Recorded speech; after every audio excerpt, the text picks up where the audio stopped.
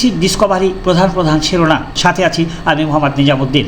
প্রধানমন্ত্রী শেখ হাসিনা মুক্তিযুদ্ধের পক্ষের শক্তিকে আরও ঐক্যবদ্ধ ও শক্তিশালী হওয়ার আহ্বান জানিয়ে কঠোর হুঁশিয়ারি উচ্চারণ করে বলেছেন, যারা মানুষের ক্ষতি করবে তাদের বিরুদ্ধে সরকার কঠোর ব্যবস্থা গ্রহণ করবে এবং কাউকে রেহাই দেওয়া হবে না।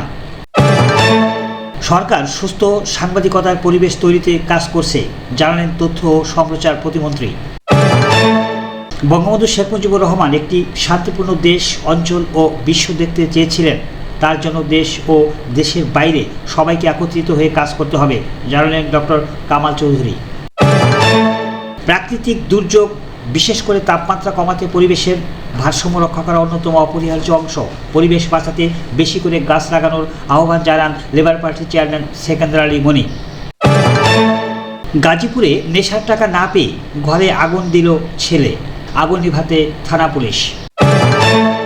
নাটোর মহাসড়কে ছড়িয়ে পড়েছে 21,000 লিটার তেল, দুর্ঘটনার কবলে অর্ধশতাধিক যান। কোনো শিশুরই অনাহারে মারা যাওয়া উচিত নয়, জানালেন ইউনিসেফ। চেক রিপাবলিকের প্রেসিডেন্ট পেত্রো পাভেল মোটরবাইকের দুর্ঘটনায় আহত হয়েছেন। পরে তাকে হাসপাতালে ভর্তি করা হয়, তবে তার আঘাত গুরুতর নয় বলে তার তথ্যসূত্রে জানা যায়। ধূমপান ও মাদক রোধে ঐক্যবদ্ধ পদক্ষেপ প্রয়োজন, মন্তব্য ডেপুটি স্পিকারের। মালয়েশিয়ার জোহর রাজ্যে অভিযান পরিচালনা করে 86 জন অবৈধ প্রবাসী ও একজন স্থানীয় নিয়োগকর্তাকে গ্রেপ্তার করেছে দেশটির অভিবাসন বিভাগ।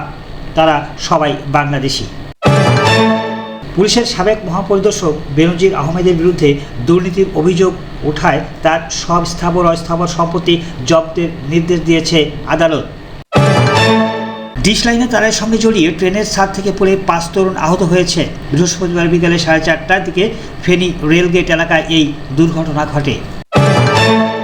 ঢাকা দক্ষিণ সিটি কর্পোরেশনের এডিস মশা নিধন অভিযান এবং ভবন সংক্রান্ত যে কোনো পরিদর্শন একজন করে real estate and housing association of Bangladesh rehab প্রতিনিধি উপস্থিত থাকবেন। অনলাইন প্ল্যাটফর্ম ব্যবসা পরিচালনা, লজিস্টিক্স ও পেমেন্টের জটিলতা দূর করা এবং ক্রেতাদের আস্থা ফিরিয়ে আনা সহ অন্যান্য চ্যালেঞ্জ মোকাবেলায় এই খাতের অংশীদারিত্ব সমন্বিত উদ্যোগ গ্রহণের আহ্বান জানিয়েছেন শীর্ষ বাণিজ্য সংগঠন FBCCI। তমা মির্জার বিরুদ্ধে পাল্টা ব্যবস্থা নেবে মিষ্টি জান্নাত, গণমাধ্যমকে জানালেন জান্নাত। বাংলাদেশে আরও রোহিঙ্গা প্রবেশ করতে দেওয়ার আহ্বান জাতিসংঘ বিশেষজ্ঞদের।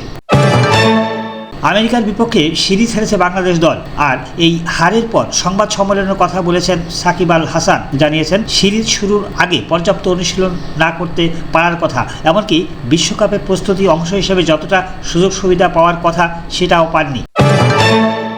রুচিশীল সিনেমা নাটক মানুষকে বিনোদন ও শিক্ষা দেয়, আর কুরুচিশীল সিনেমা নাটক মানুষকে অশ্লীলতা শেখায়, বলেছেন মিলন চৌধুরী, বিশিষ্ট নাট্যকার ও সমাজসেবক।